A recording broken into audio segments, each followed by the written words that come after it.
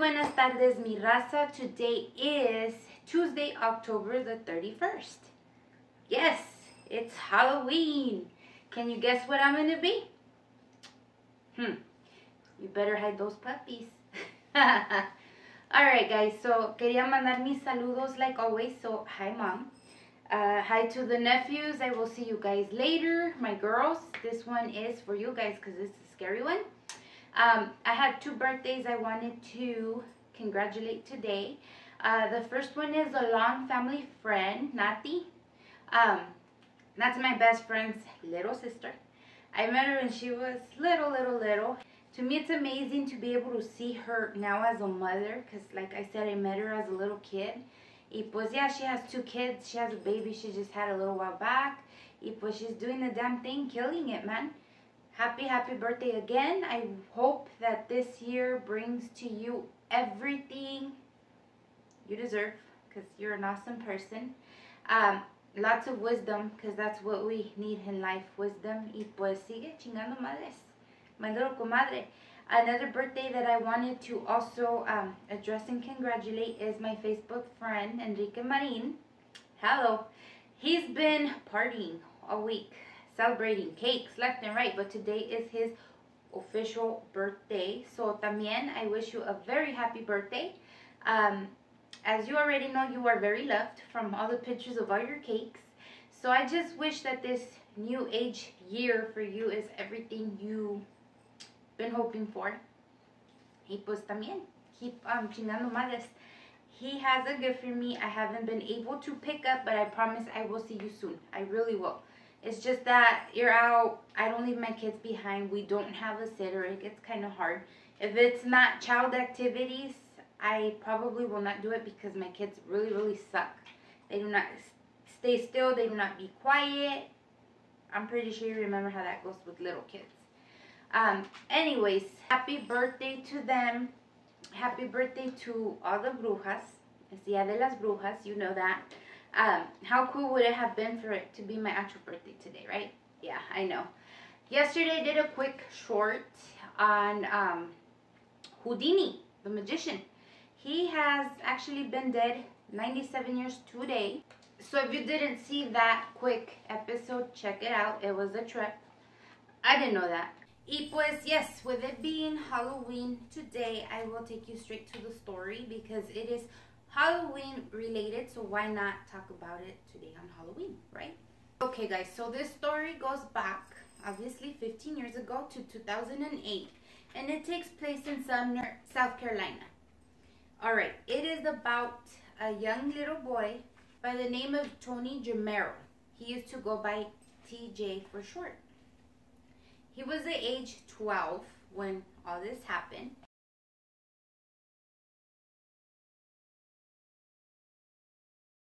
And well, let me get into lo ocurrido. It was Halloween evening, and the family decided to drive over to downtown Sumner, where they were having a big block party. I believe something similar to what we know today as, you know, the trunk and treat festivities, that kind of stuff. There was candy, entertainment for people, the adults, candy for kids, that sort of stuff. Okay, well, everybody in town was at this so-called event. Everybody's partying up, kids are getting their candy, everything is good.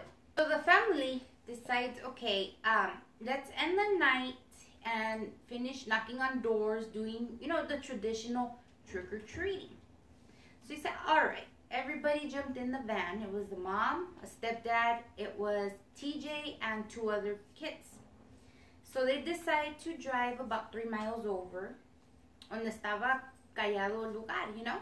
They're like, yeah, let's go over there, it's quiet, we'll do some knocking, and then we will go home to end our Halloween evening, right? So they do. They take the drive. It was 3 miles over. Everything was fine. They come up on this house. They park outside. So they decide, well, let's just start here. They walk up. Nothing different. Nothing's wrong with this house. It doesn't look out of place. It was actually a nice house, ranch style house. So TJ, being super excited about, trying to beat everybody to get candy, se adelantó. He's walking ahead and, whatever. He goes up the 3 little steps and he knocks on the door. Okay, so he's knocking on this door. The address is 215 Weiss Drive. Okay? Like I said, it's a ranch-style house. There's nothing out of, ordinary. Es una casa. As he's knocking on the door, he goes up these 3 little steps into the little porch, knocks on the door. On the other side of the door is a guy. He's a 22-year-old guy. His name is Quentin Patrick.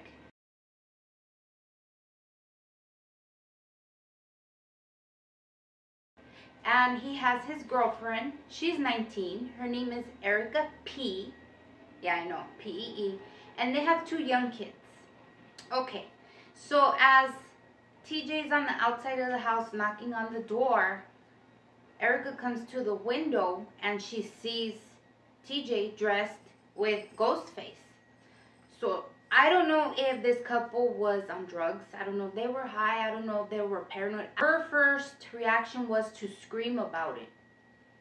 So, of course, Quentin sitting next to her, he was on the couch though, he gets up and goes and gets his AK-47 that's leaning against their cabinet. And he looks out the window también, the suspicious person. He sees this body with a ghost face mask on.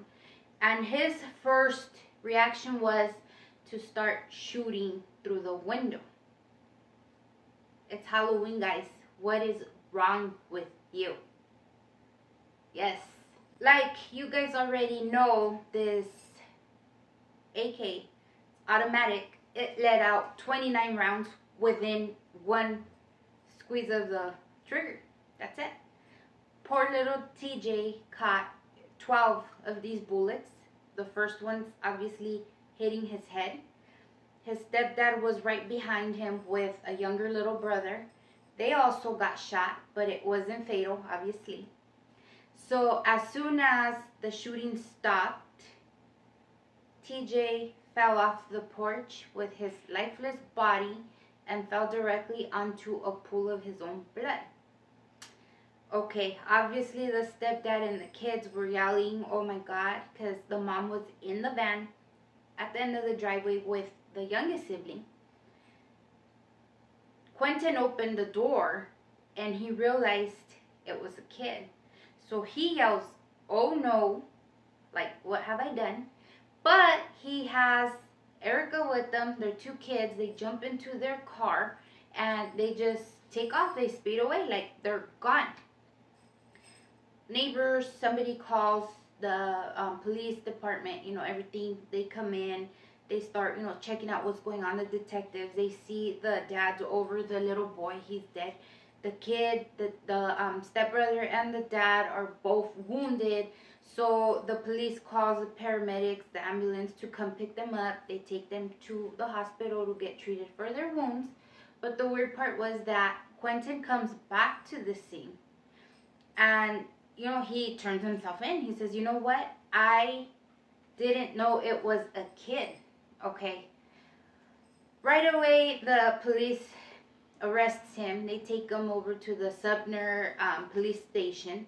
The rest of the crime scene investigation people, the crew comes, the police comes, everybody's there checking out the whole house, this and that.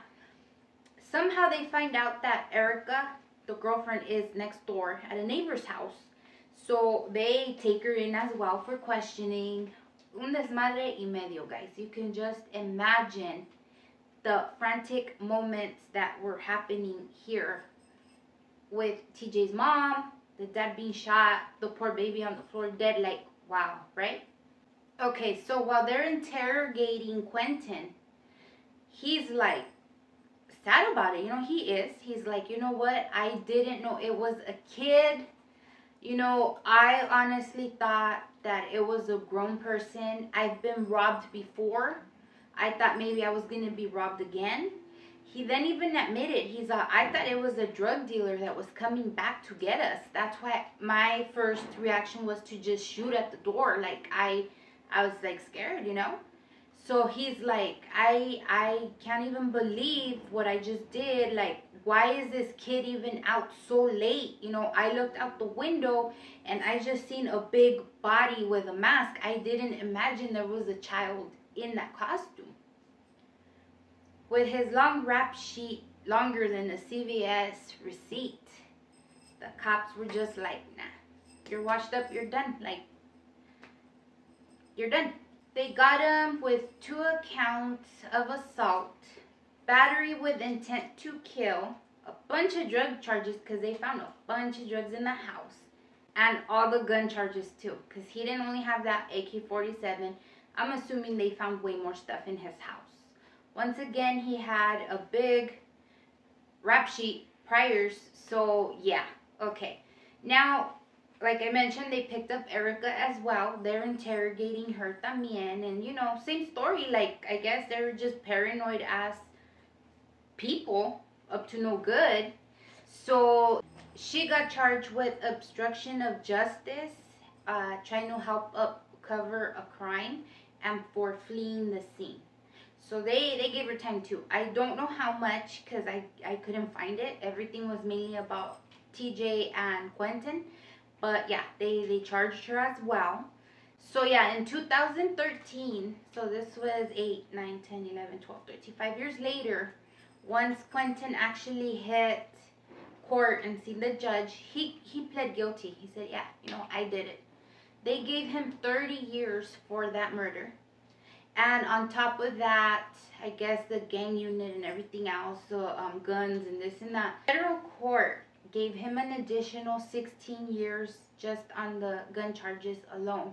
So we're looking at a 46-year prison sentence.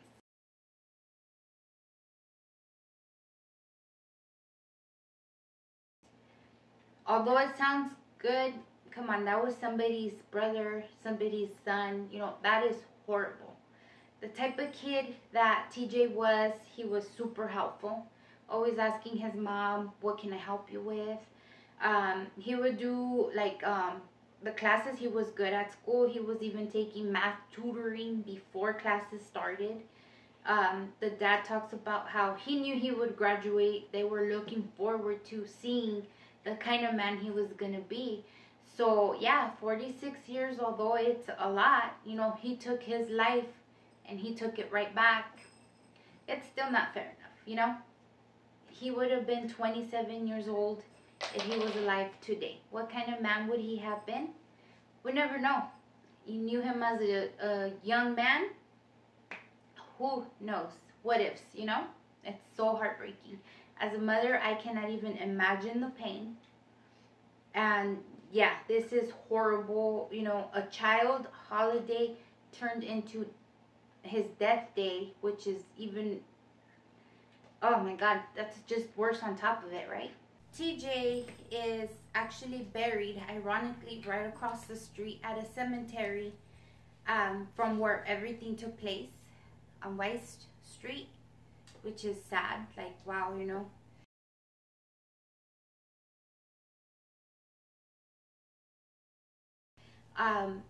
And yeah, you know, the city, the community, they took this as a great loss and precaution, and you know, they started awareness.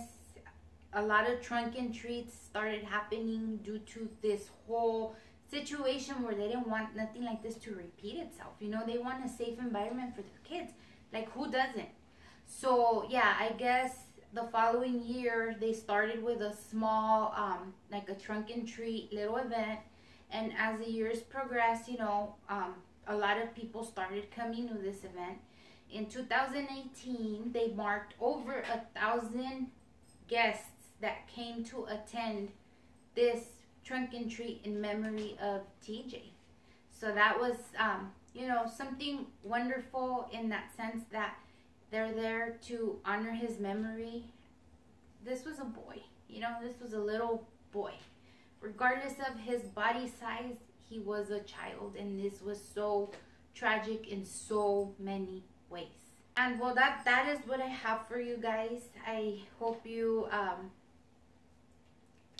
take it as a wow, and I wouldn't say learn from it, but take note. And yeah, watch the kids, and if a house looks untouched, just let it be. Don't even knock on the door. You never know when you will find a twisted soul. You never know.